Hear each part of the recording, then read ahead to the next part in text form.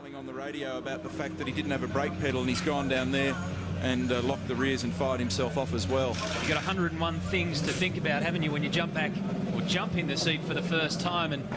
But it's all part of the game. It is. Inglewood got in there, had a bit of a twist on the belt.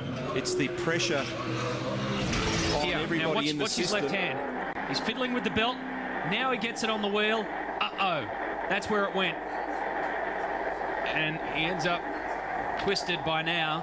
However, if had he had a firm brake pedal, then it wouldn't have mattered where the seatbelt was. Yeah, certainly, as I was saying, you'd see Scafie feverishly pumping his up by the in-car camera there, and if you're up at the other end of pit lane, it certainly gives you a bit of an advantage to have it done by the time you get onto the racetrack proper.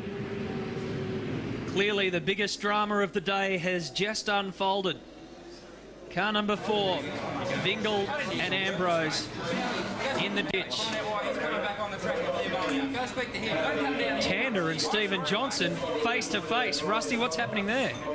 Words being said, Matty. Steve, as soon as he got out of the car and had a quick drink, bolted up here to the Garth Tander pit. Garth took one look at us and said, "Oh, you brought your mates with us. Thanks very much." Anyway, they've continued to exchange words about the incident, and now Steve is gone. Yeah. Everybody's getting a little bit heavy. Can you imagine what Russell Ingall is thinking at the moment? Stone Brothers Racing have the vacuums at their car, which is not what they need to see. On lap 71 of 161, we'll be back after this.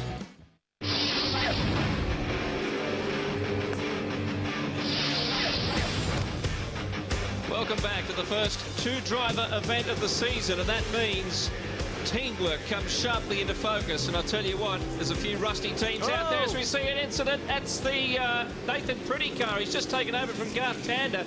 He was in a lot of trouble back there in the pack. A lot of bumping and grinding, and eventually turned around. The throttle's all right now. They had a problem with the throttle in this car coming off turn 7. Darryl, what have you got for us? Okay. Marcus, I guess you did a terrific stint there, and then disappointment. Russell had a moment at the first turn. Is that something to do with the pad change as well? Difficult on the pedal? Oh, set him out in really tough conditions there. We put him on slicks with cold rear tyres, and the pad change. He's trying to punt the pedal up. You can't blame the guy. Mistakes happen, and it's a sport we're in. I'd hate to lose a championship on something that when I was in the car, but we just keep going. We'll go today. We're only one lap down, so we might pick a few points back.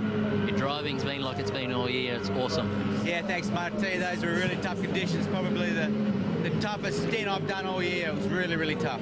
Thanks, Marcus. Thank you. I guess that's what you've got to think about there. Listen, this championship's still on. Ambrose has taken the lead of the championship at Oran Park, but now you have to split your duties with putting responsibility in your co-driver's hands. It's the Cleland Andrew Jones car that touched Nathan Pretty, and he was back in the pack in that position because way back at turn 7 on the very same lap he was complaining that he had a problem with the throttle in the car. He's only just got in the car. Remember, we saw Tander in a brief interview with Stephen Johnson before we went to the break. And Warren Luff copped it there too as the 888 car tried to get out of the way of all that mess on the left-hand side, so Shell Helix Racing cop another punch. Wet, dry races, there's a whole lot of things going on. People forgetting to switch off rain lights now that they're going back onto slick tyres. You've got to reset brake bias, you've got different fuel loads in the cars, you've got new combinations of drivers. One of the points that we've been making during the course of the weekend is that the settled combinations that have spent time together as driver, co-driver, that's an advantage. They speak the same language, they understand each other. There are lots of considerations in these endurance races that don't come into play in this particular case in the previous rounds of the championship. Well, that's right, and compromised seating positions too. Just looking at Scafie there, it looks a little bit different to how he normally looks in car. And I noticed Rick Kelly earlier too, a fair bit taller than Murph. His legs were quite bent under the steering wheel, so there is a whole lot of compromising going on out there. And certainly the guys that team together, like Scafie, Cullen, and all the guys in the same car, certainly on a big advantage to the people that just come in, like John Faulkner, like Tim Lay in our instance. A lot of pressure on someone that's not in the cars every weekend or every round of the championship. And because we had a huge off-season, Cameron, there was so much movement between drivers, key mechanical and engineering personnel and teams. There was an awful lot happening. This is a bit of a new routine for a lot of people. Certainly many of them in the paddock as drivers and other support crew have done it before, but not necessarily as a unit. One of the most difficult things in motor racing is to get your 15, 20, 30 people, whatever size operation you are, to all work in harmony at any given moment, and these races really test that, and we're seeing evidence today of some of the difficulties that can be involved in it.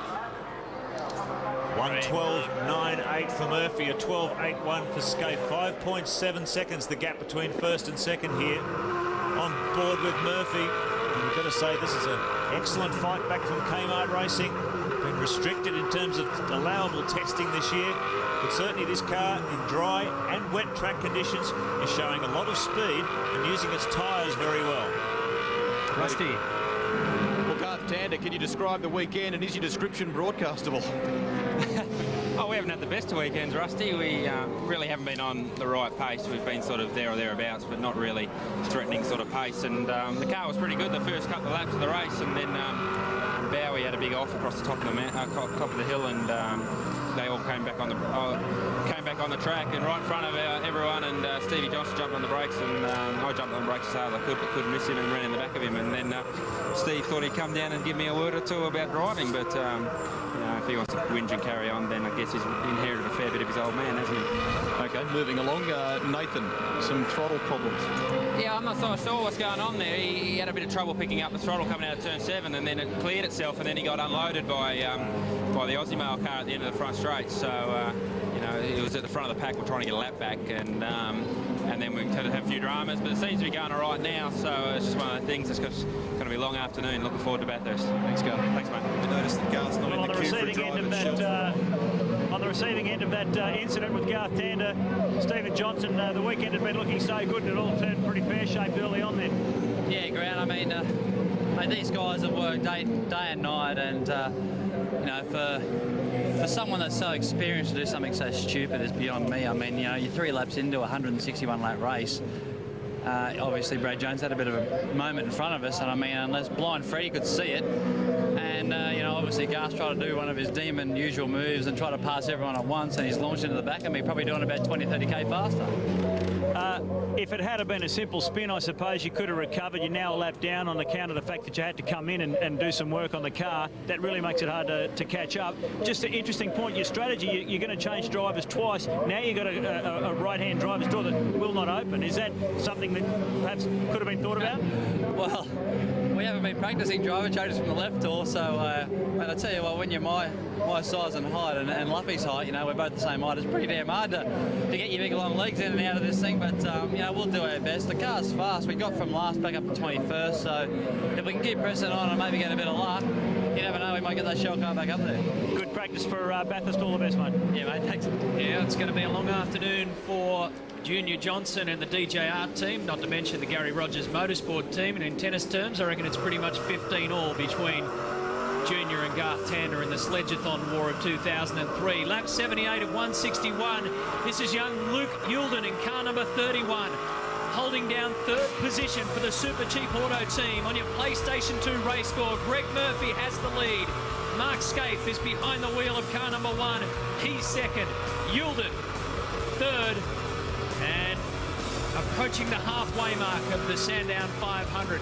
Take a break from this historic circuit. Be back with you on your home of motorsport in a minute.